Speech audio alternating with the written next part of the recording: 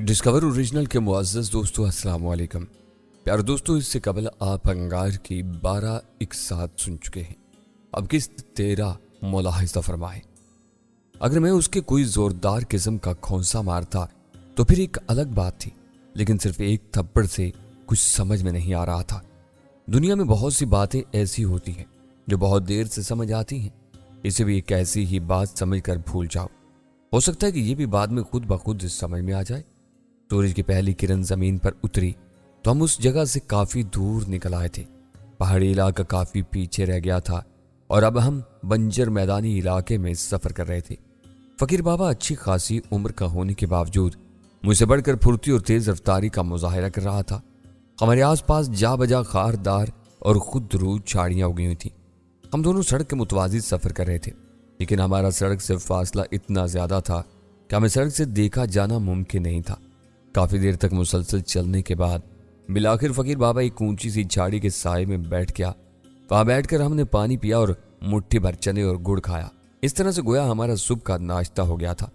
پانی پینے کے بعد فقیر بابا نے ایک نظر اپنے سامنے دور تک پھیلے بنجر میدان پر ڈالی اور مجھ سے پوچھا، فرض کرو اس قسم کے علاقے میں سفر کرتے ہوئے تمہارا پانی کا ذخیرہ ختم ہو جائے تو تم کیا کرو گے؟ میں تو اس بھیانک تجربے سے گزر چکا تھا، لہٰذا میں نے خوف کی ہلکی سی لہر محسوس کرتے ہوئے کہا، کروں گا کیا؟ بس پیاس سے ایڑیاں رگڑ رگڑ کر جان دے دوں گا. ایسا کرو، اپنا خنجر مجھے دو، فقیر بابا نے حکم دیا. میں نے کچھ نہ سمجھتے ہوئے قدرے ہچکچاہٹ کے ساتھ اپنی پنڈلی کی نیام سے نکال کر اپنا خنجر اس کے حوالے کر دیا. فقیر بابا میرے خنجر کو لے کر قریب اگے ہوئے ایک ناگ پھنی کے پودے کی طرف بڑھا.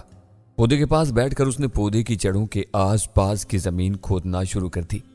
کافی گہرائی تک کھودنے کے بعد جب پودے کی جڑیں نظر آنے لگیں تو اس نے بڑی احتیاط سے پودے کی جڑوں کو اکھاڑ کر پورا پودا زمین سے نکال لیا. میں بڑی حیرت سے یہ سب کچھ دیکھ رہا تھا. میری سمجھ میں نہیں آیا کہ وہ کرنا کیا چاہتا ہے.